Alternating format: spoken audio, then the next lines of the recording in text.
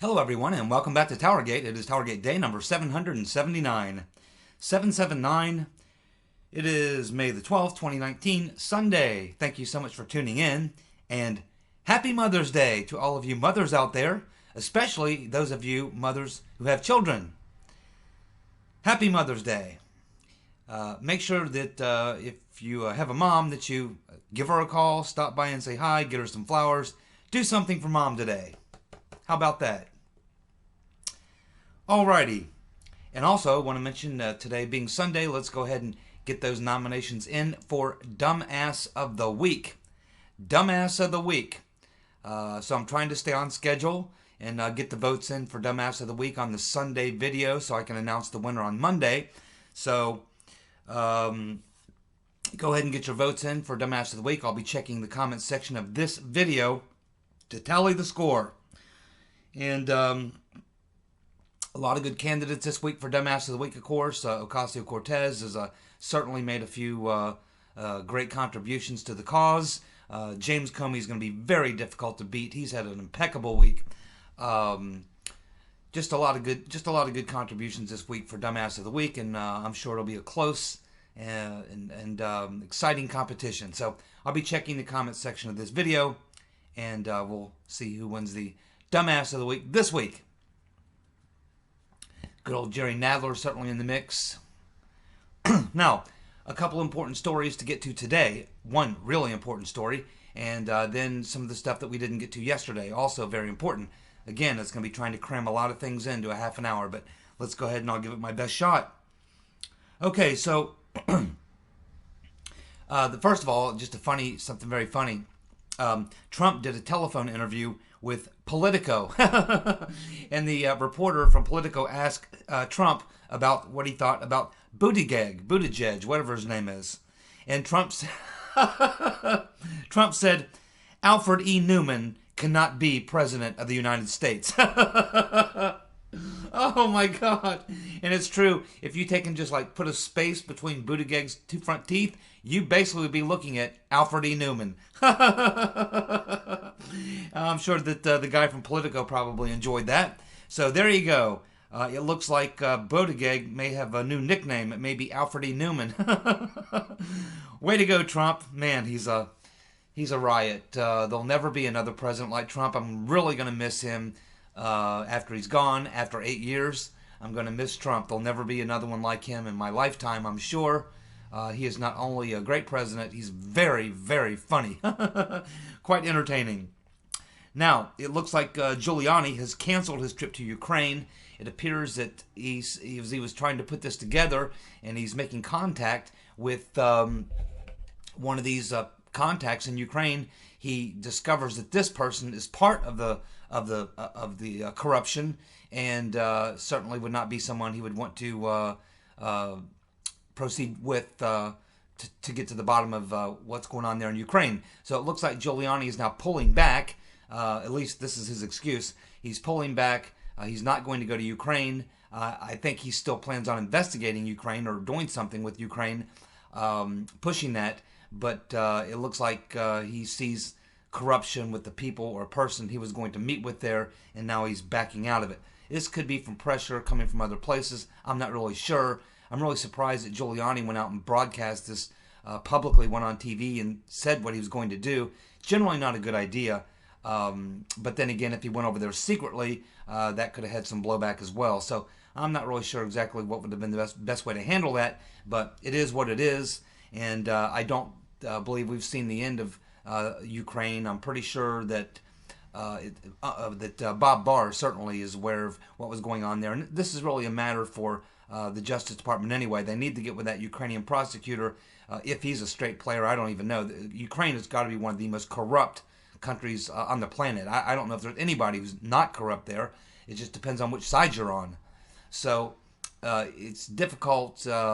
But what's most important here for Attorney General Barr is the role of the FBI, the role of the Clinton campaign and the DNC, which she was controlling, the role of Isikoff and other reporters that may have been in communication with corrupt Ukrainian officials, as well as State Department officials, this Alexander Chalupia, the Democratic National Committee I guess you would call her a, she was a bit of an agent provocateur herself, but certainly an operative for the DNC. So there's still a lot to dig into here, and I'm pretty sure that Barr is aware of the things that went on in Ukraine and how they relate to his investigation. I'm not sure about Horowitz, but certainly with Barr is aware of this, and I think that this is certainly not the end of what we're going to learn out of Ukraine. John Solomon's still all over it, so I think that there'll be more to come on Ukraine. I don't think this action by Giuliani is going to change anything, really. Okay, so let's get to the next thing, which is probably the big bombshell of today. It seems like there's a bombshell or two almost every day now. This one here coming to us from Sundance at Conservative Treehouse, and the credit goes here to Undercover Huber. Undercover Huber, many of you familiar with the work of Undercover Huber, has also been doing a lot of FOIA requests and has supplied some pretty good information for quite a few of the stories that have been breaking around here. So let's go ahead and get into what was discovered here. And this came as a result of FOIA requests that was done by Undercover Huber. And this is what Sundance is writing about today. So Undercover Huber receives some FOIA documents from requests that show evidence of a Weissman/Mueller entrapment scheme. Entrapment scheme. And who are we talking about? Papadopoulos. Papadopoulos has talked a lot about how he thinks a lot of this that made him a target had to do with his dealings with Israel and Turkey and this discovery of natural gas in that region. And he thinks that's a lot of the reason why he was targeted. Now, as we know, he was threatened by the FBI with a FARA violation or being accused of being a spy. And that's how they squeezed him to try to get him to plead guilty and eventually got him in a perjury trap. So this new evidence now makes it almost certain that, in fact, Papadopoulos was correct. This was just another of several times that they attempted to set him up. So let's go ahead and go through the series of events here based on the FOIA documents now received by Undercover Huber.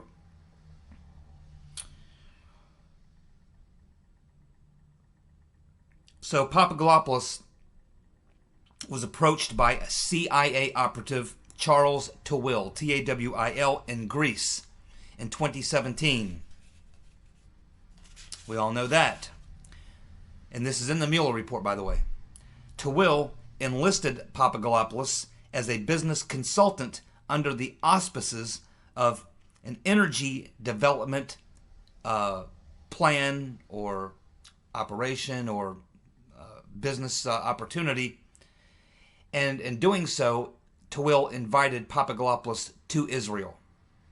Now, on June the 8th of 2017, Papadopoulos is in Israel with Tawil, at which time Tawil gives Papadopoulos $10,000 in cash, which he says is for a future consultancy fee, and this is based on what's going to be a $10,000 per month retainer. So Tawil's saying, okay, as part of this business arrangement that we're going to get into, we're going to give you a $10,000 a month retainer, and here's your first installment in cash. I'm sorry, but that doesn't really happen, in the real world. That only happens in the underworld. So on June 9th, the next day, 2017, Papadopoulos goes to Cyprus with Tawil. Tawil then pays a Vietnamese woman cash for a hotel room in an out-of-the-way location, somewhere out in the sticks, which Papadopoulos said he thought was pretty strange. Then a meeting takes place where Papadopoulos says that he's feeling something isn't right. There's a couple guys who are there who are kind of spooky, and he believes that they are some sort of intelligence agents. So Papadopoulos, of course, smells a rat. So what he does is Papadopoulos gives the $10,000 to his lawyer in Greece before returning to the United States. Now, upon arrival to the United States, Papadopoulos is detained at the airport by the FBI. But they have no warrant, no indictment, No sealed indictment, nothing like that is going on, and there was not even a criminal complaint. Now, I don't know about you, but that sounds like an illegal arrest to me. That's why they didn't want Papadopoulos to talk to a lawyer. Because had he been able to have a lawyer would have said, first thing he'd want to see is, why is my client being arrested? He would need to see something, a warrant, or he would need to be told of a sealed indictment, or there'd have to be some sort of a criminal complaint. There was none of the above. This was actually an illegal arrest.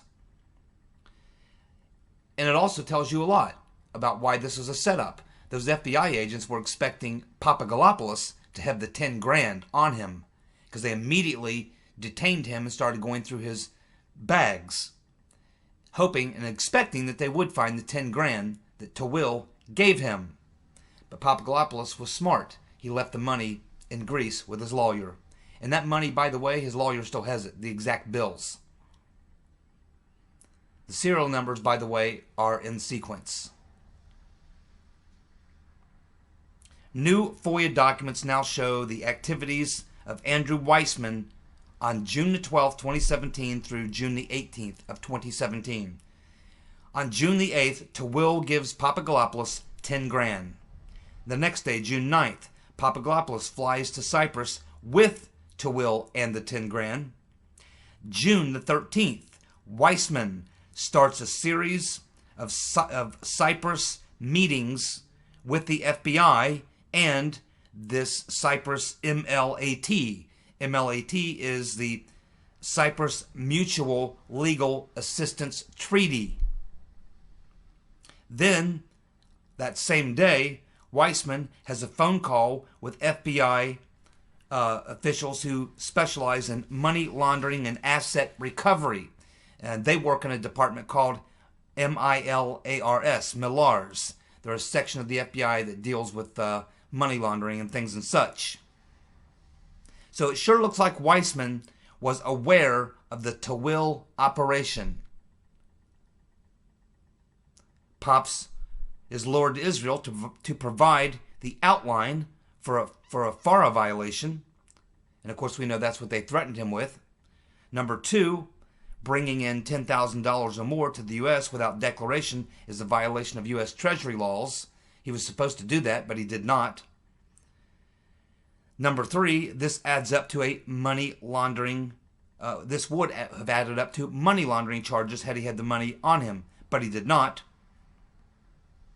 All that was really needed for Papadopoulos to be ensnared in FARA violation and money laundering charges, as well as possibly acting as a spy, Papadopoulos would have only needed to bring the money to the U.S.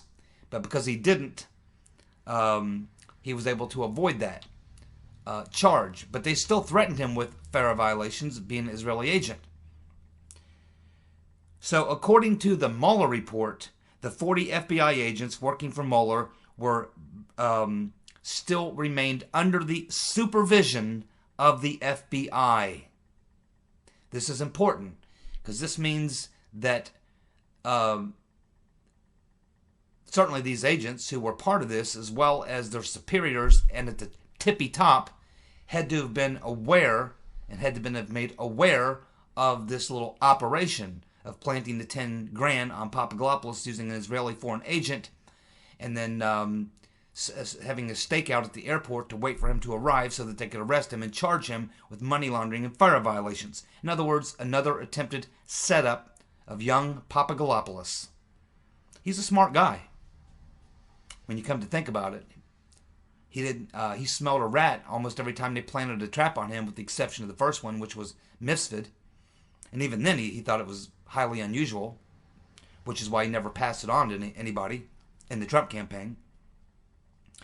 So what this means is that if this little frame-up operation, do we call this, the third or fourth attempt at framing Papadopoulos, and this, of course, happened after Comey was fired. This was going on, keep in mind, this is all going on in June of 2017 after Mueller had been appointed. This is a Weissman operation right here, but we know from the special counsel outline and guideline that FBI officials would have had to have been notified and involved for this to happen.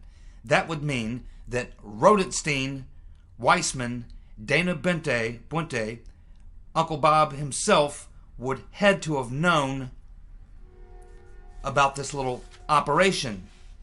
And especially Rodenstein, he was in charge of the special counsel. It's highly unlikely that they would have pulled something like this without Rodenstein being aware of it. So the only way they would not have been aware of it is if Weissman was running a rogue operation, a rogue scheme on his own, and not informing these people, which would be highly risky for Weissman. If that turns out to be the case, then Mueller ought to be the first one, along with Rodenstein and Ray, to contact the Justice Department and have him arrested. So far, that hasn't happened, has it? So this is not investigating criminal conduct, Mr. Comey. This is called manufacturing criminal conduct. That's a crime by you, Mr. Comey. The FBI, your good friend Uncle Bob, and that sick freak Weissman. But this would have probably involved Rodenstein, Mueller, Weissman, Dana Buente, and likely Christopher No-Shit Sherlock Ray. And they were either involved or they were hoodwinked. Do you think that Weissman hoodwinked all these people? You think he would do this without them knowing about it? I'm thinking no. Because I'm thinking if the answer was yes, then they already would have called out Weissman. They wouldn't let themselves be caught up in this scheme if they weren't part of it, because they're liable as a result of it. Now, I am aware of the theories out there that Rodenstein was a white hat, or that Ray is a white hat, and all this kind of stuff. And that's fine. It's not my opinion. I don't believe that.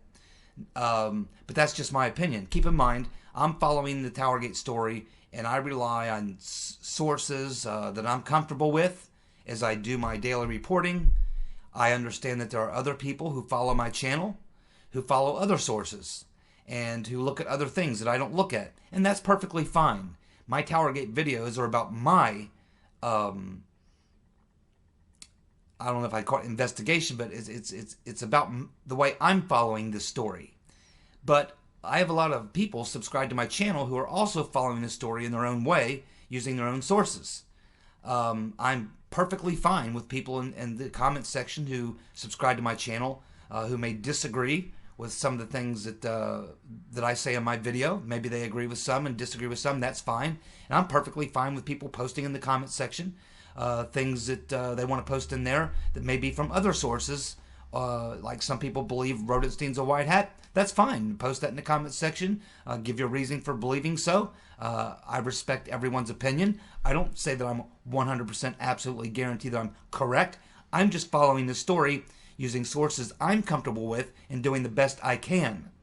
And I assume other people who are doing the same. And so I respect everyone's opinion. And I respect everyone's ability to follow the story in the way they see fit. And they may agree with some of the things that I do, that I say, and they may disagree, and that's all fine. The fact is, we're all traveling down in the same direction. We may be on different highways, but we're all headed to the same destination, and that is to get the truth, and I don't give a damn how we get there. So I welcome all opinions in my timeline, regardless if they agree with me or not. It's a free country. And you have the right in my comment section to speak your mind and give your opinions. And we can all choose to look at your comment, and we can choose to agree with it or not agree with it. It's not personal. We you know, you don't have to hate somebody because you don't like their opinion. I certainly don't. So I welcome all points of view on the topic. And one thing I feel is pretty certain at this point, eventually we're going to find out. We are going to find out what was what and who was who. So there you go. Now let's get back to this. So right now what we have here is we have Mike Pompeo feeling a lot of heat. And he's feeling that heat right now from specifically Lindsey Graham, Grassley, and Ron Johnson.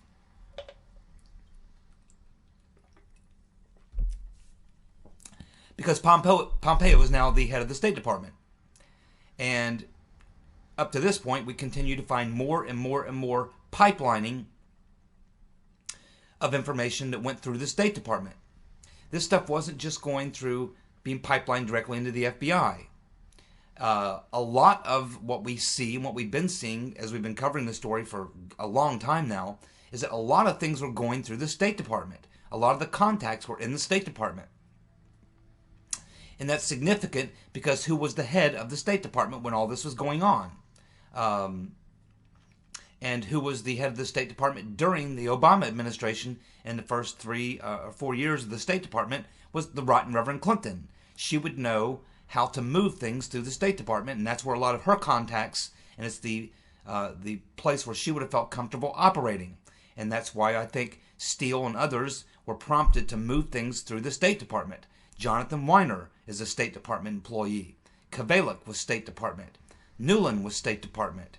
So, yes, there's an angle to the State Department, and we have various people focusing on that now, and they are wanting Pompeo to produce documents that are State Department documents that would assist in the investigation. So Lindsey Graham has sent off a letter, Grassley has sent off a letter. So Pompeo is now finding himself a lot like Rodenstein and Barr and Wray, receiving these letters saying, hey, there's information we need to sort this out. So now Pompeo is starting to feel the heat as well. Let's see how he responds. I personally think he's pretty deep state myself, and like Wray, will probably try to cover up as much as possible. But we'll see. Maybe Trump can put some pressure and say, hey, cooperate and stop hiding documents. Adam Schiff says that the House Democrats may fine the Pencil Neck Geek says that the House Democrats may fine Trump officials $25,000 a day until they comply with Democrat demands. Okay, yeah, they keep threatening this. Go ahead and do it. Because I assure you that once that is done, that will set a precedent that will carry on for quite some time. And in a couple months from now, when a lot of these committees, particularly Lindsey Graham's committee, decides that he wants to interview some people and he wants some documents, he can do the exact same thing. So you better think long and hard about that pencil neck, bug-eyed fool before you start fining people, Barr or Mnuchin or Trump Jr. You better think long and hard before you start slapping fines and threatening jail time on people, because believe me, it can be easily turned around against and used against you tomorrow. I mean, Lindsey Graham said, okay, we're looking at the Clinton Foundation. We need to get Chelsea Clinton in here. We're going to subpoena Chelsea Clinton and all documents from the Clinton Foundation and the Clinton Global Initiative. And if they don't produce, we're going to put them in jail and fine them $25,000 a day. Lindsey Graham could do that, just like Pencil Neck Geek can. Better think long and hard about it, Dems. That's a stupid move. Let's see them do it. I don't think they will. I'd call their bluff. Go ahead and try it. Try fining Trump Jr. $25,000 a day or throwing Barr in jail. Go ahead and try it. Let's see how that works out for you. So many of you saw the interview with James Baker, the former Federal Bureau of I'm With Her General Counsel to Comey. And Baker was doing this interview, and I'll tell you, folks, he looked awfully nervous to me. He said that he would never participate in a coup. Well, good luck. He's going to do like everyone else and pretend he didn't know what was going on. It's not going to work. It's just not going to work. He's also, by the way, I think, under a criminal investigation for leaking. He also said that he is nervous about the upcoming Inspector General report. Well, he should be, right along with a lot of other people. And more important, he should be worried about what's going to happen after that, because that's what Barr is going to use as a launching pad to launch the probably U.S. attorneys and the grand juries that are going to be appointed. As soon as he gets that Horowitz report, boom, he'll be off and running, and then things are going to get really hairy around here. Lindsey Graham has informed Pompeo by letter that he wants to interview Kathleen Kvalik, and he wants all of her communications from May of 2016 on. We have Cheryl Atkinson writing a new story, which is another bombshell. I don't have time to go into it, but if you want to read the story, it's in realclearpolitics.com. realclearpolitics.com. You can read Cheryl Atkinson's story. It's not as long as her normal stories, but it's a good story. And the most important thing that she reveals in this is that Michael Flynn knew about the Obama administration's illegal surveillance, and he was going to expose those crimes. Wonder why he was a target by the Obama administration. So here's the story we didn't get to yesterday, which is really important. I don't have a lot of time to expand on it, so I'll just throw it out there, and you can probably Google search it and get more details for yourself. But essentially, Judicial Watch has reviewed new documents showing that the Obama administration was paranoid about the FOIA request for the Right Reverend Clinton's emails during the Benghazi investigation. And the documents clearly show that Obama knew about the Clinton email lies being told to the public as early as December 2012. The documents proves that the Obama White House orchestrated the Clinton email cover-up. And one of the things that proves this is a White House official named Cheryl Walter was communicating with Clinton's lawyer, Heather Samuelson, about the FOIA requests, and along with other people in the State Department, other officials, and she was letting them know that these emails were being requested by FOIAs.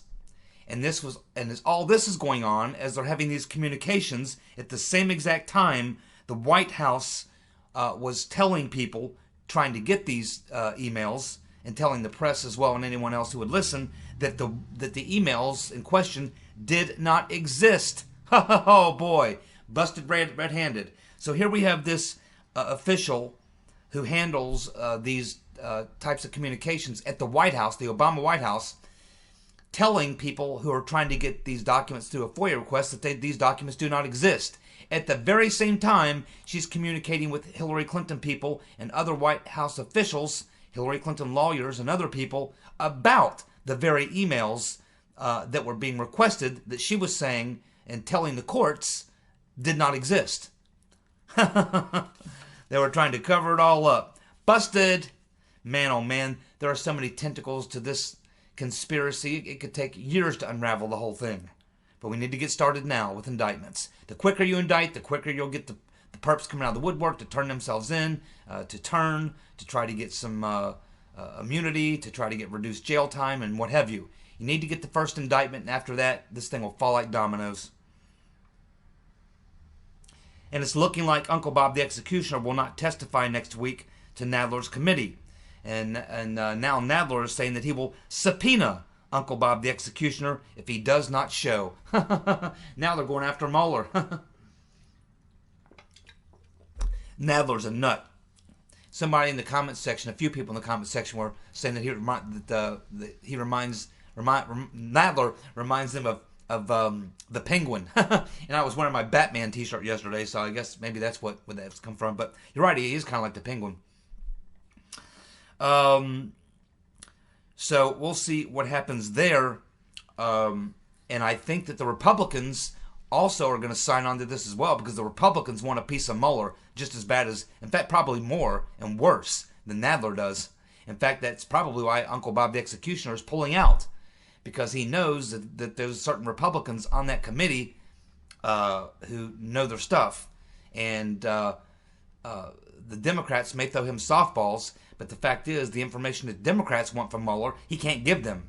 It's grand jury information, or it's classified information, or he simply cannot comment on it because of ongoing investigations. So they're not going to get anything from Mueller that's going to help them. The only thing Mueller's going to do is sit there and get grilled by Republicans about what he did not put in the Mueller report, and about things like saying Mifsud was a Western intelligence agent when we know he's not, leaving out a lot of information.